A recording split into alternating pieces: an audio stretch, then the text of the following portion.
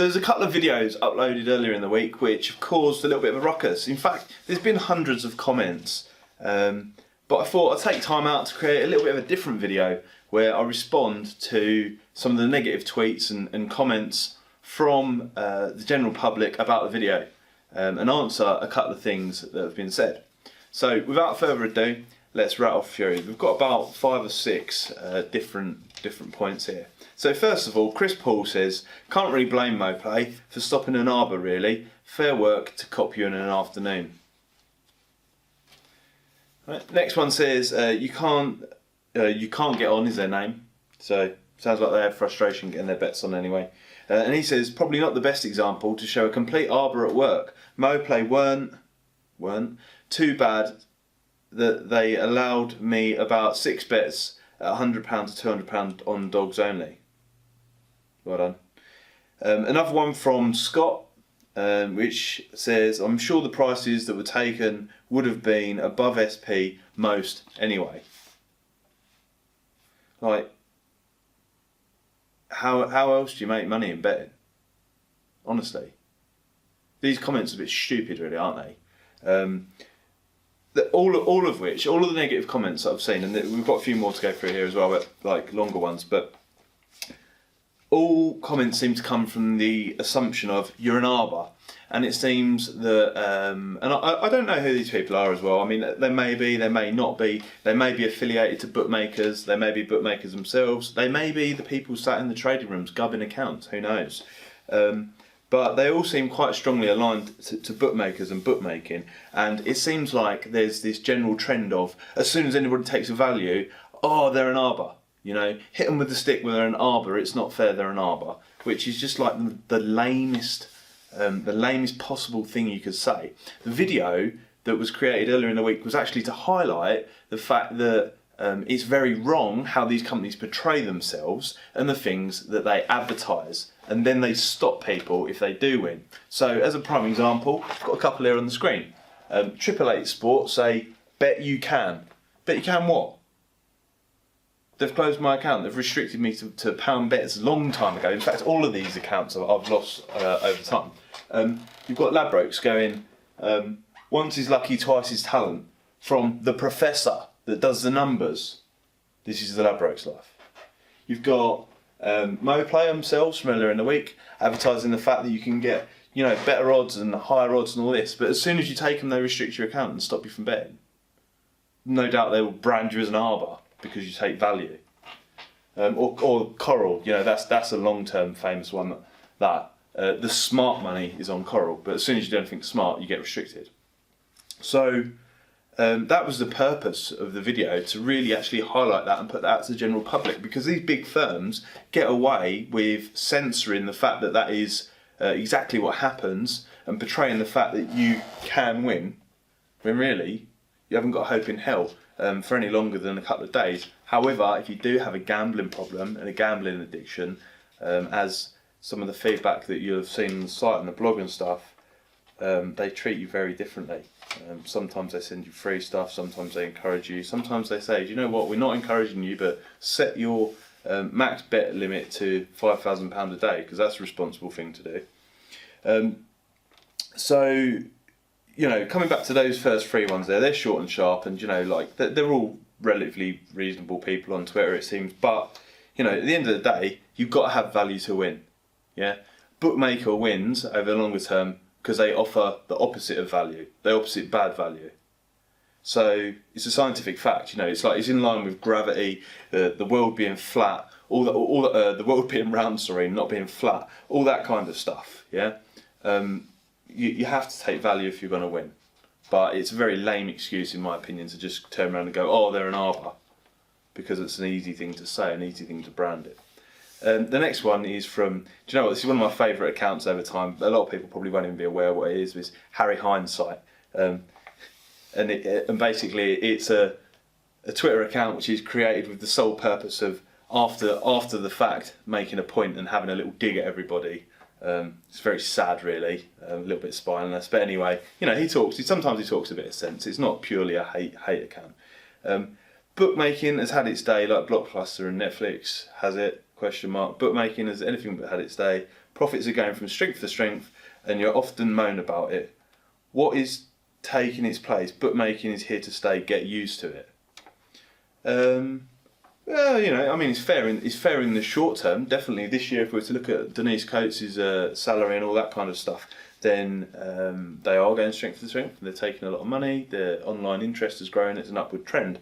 But all of these things are already, like, you know, fully baked as far as I'm concerned. Corporate companies, you know, they make big changes now, which then come out in the wash in a year's time or 2 years' time. So a lot of the stuff that we're seeing the back end for now happened a long time ago. But I think the interesting thing will be a couple of years from now, it will have gone full circle, because surely, like, you know, it's becoming more and more common knowledge that if you take any value and you win any money, they restrict you and throw you out the back door. And if you do the complete opposite, they'll send you free bets, supplements, notifications, come back, yada yada. So I don't think that that's a foregone conclusion, Harry, hindsight. And the little bit about moaning there, that, you know, that just, the whole thing just makes me laugh, because, like, your account is a moaning account, mate. You are just a moaner, and you know what? You're so spineless that you can't even do it under your own account and your own face. You know, at least I'm willing to do it in front of the camera. So that was a good one from Harry Hindsight. I look forward to more useless tweets from him in the future. Next up, we've got, actually, this is a long comment on the blog, and I'm not going to bore you to death and read you the whole lot, because Todd Doobie's sent his life story. But there's basically 3 points to this comment. You can read it afterwards, we'll put it on the screen or whatnot. But basically he says, look, I've seen it from both sides of the fence, as a bookmaker and, you know, and a punter. And he says to them, and that's what it is, whereby a punter cannot lose and the bookmaker cannot win, is wrong. And the bookmaker wants to stay in business, he'll stop it, and he should. Again, that comes back to the whole, like, just blame it and say it's arbitrage.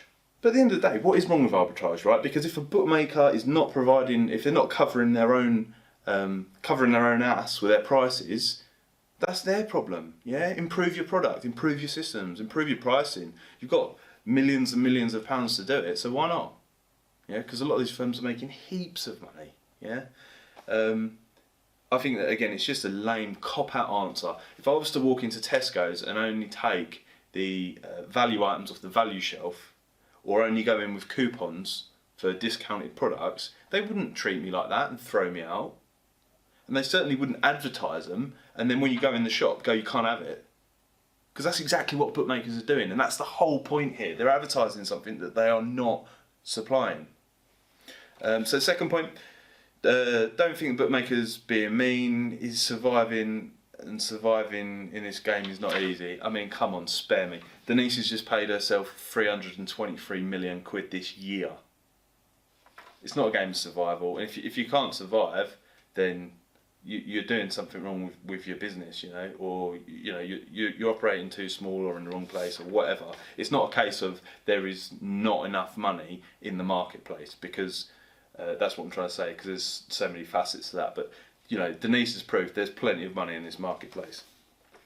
Number 3, this is long-winded. To make a comparison, and you may not like this, Khan, but recently in your blog you said you're increasing the cost of products you sell because of increasing costs. In other words, if you do not control the price, you will go out of business. How different is that to a bookmaker who's limiting his risk in order to stay in business by limiting unprofitable customers? I believe arbing is unfair, again. Arbing is unfair on bookmakers, and they have every right to stop it to protect their business.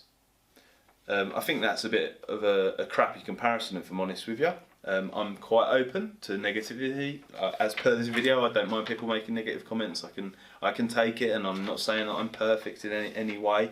But at the end of the day, look, we don't ban people for reading the free articles on the site. Yeah, we don't ban people if they take a discount code for one of the products at some point throughout the year. And long and short of it is, you know, it's the same for every business. If the product's no longer wanted at one point or another, then, you know, we have to make decisions and change what we do. What we don't do is throw heaps of money at advertising to lie. That's my point. That's the point I keep coming back to. So I think, you know, I think that covers pretty much all you've got to say there in that long comment. And then lastly, Stephen George, and I've seen, you get to notice some certain accounts over time with their little avatars, and you know who's just there to give you a bit of grief. But anyway, look, I watched your video and I agree with you. Bookmakers are just interested in mug gamblers, nothing more. But you, sir, are a hypocrite, and I'll explain why. People like you who arb. By the way, there was no arbing. By the way, there was no laying off whatsoever, any shape or form, with all of the bets on that video. Just forgot to mention that previously. How do you think the exchanges and the betting industry would run? Oh no, I've skipped a line there, sorry. People like you who are to make a tiny margin of profit are blood-sucking parasites. You're starting to sound like Jeff Banks, mate, right? Who are, although I'm sure he'd do that under his own avatar, because as many faults as the man has got, he will actually do it in his own name. Who are destroying the industry? How do you destroying the industry? How do you think the exchanges and betting industry would run if everybody was similar to you, similar to your trainer? For answer, there would not be one. You're deluded, mate. You need the less informed punters to make your paid holidays to Asia and such like. I would be very interested in your reply. Well, I'll reply then. Destroying the industry, first of all, right? This is back to like the same point I said at the beginning. Things change over time. Technology develops. It's not people like me, the blood-sucking parasites, killing everything.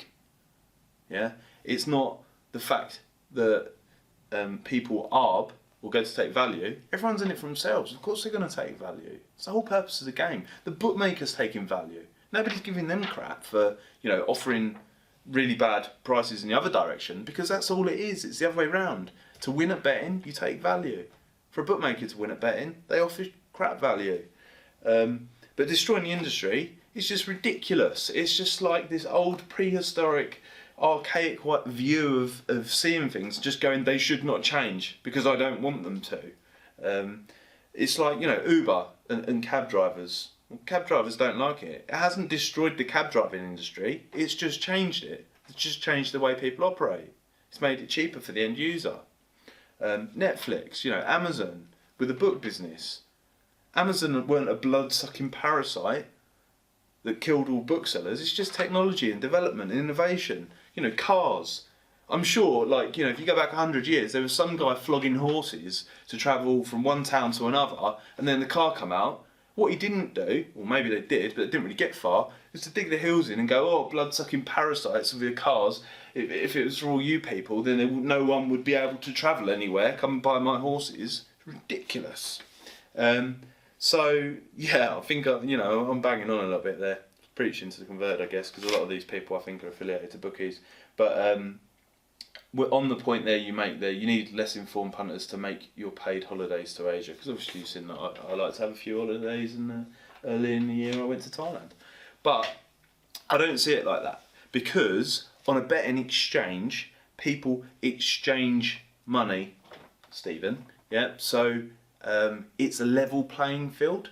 Now you might say it's not level because certain people have certain advantages. Yes, but it's a free market and it's open to everybody. It's not big fat dirty lie being rammed down everyone's throat, being advertised something that they don't provide. Okay, so again, that was my point. Just to reiterate, and to quite frankly take some of the negative comments head on, because I don't mind. I don't mind it at all. I'm not one of these people that sort of cut about trying to cut out any negativity that's out there. But just thought I'd do a quick follow up, respond to a few tweets, and see how it goes. But thanks for chipping in, guys. Really useful. I'm sure you bring a lot of value to the world. And if you are one of those people that goes to the trading rooms and gub accounts all day long, you've got to have a job, I know. But when you go home to your missus, you give her a kiss, you smile, and you see your kids and all that. Just know that you're not really contributing anything to the world. All you're doing is contributing towards problem gambling and lying to people to extort money from them legally. But that's my view on it.